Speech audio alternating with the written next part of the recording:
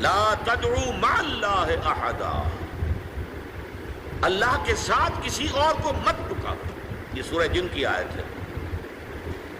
یعنی یہ ہے کہ ایک تو یہ کہ آپ اللہ کو پکار ہی رہے اپنے دیویوں کو، دیوتاؤں کو، اپنے لات کو، عزا کو، منات کو، حبل کو، وہ تو اور دور کی بات ہو گئی.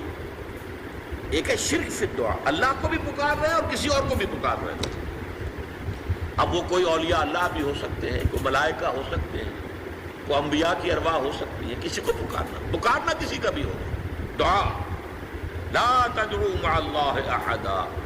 اور یہ در حقیقت ہم جب ہر رکعت جو ہے نماز کی ایاک نعبد و ایاک نستعین، پروردگار ہم صرف تیری ہی بندگی کرتے ہیں اور کرتے رہیں گے، اور صرف تجھ ہی سے مدد مانگتے ہیں اور مانگتے رہیں گے. یہ ہمارا قول و قرار ہے، یہ ہمارا عہد ہے اللہ کے ساتھ. اس کے خلاف نہ ہو، کسی کو پکارنے کی اجازت نہیں ہے.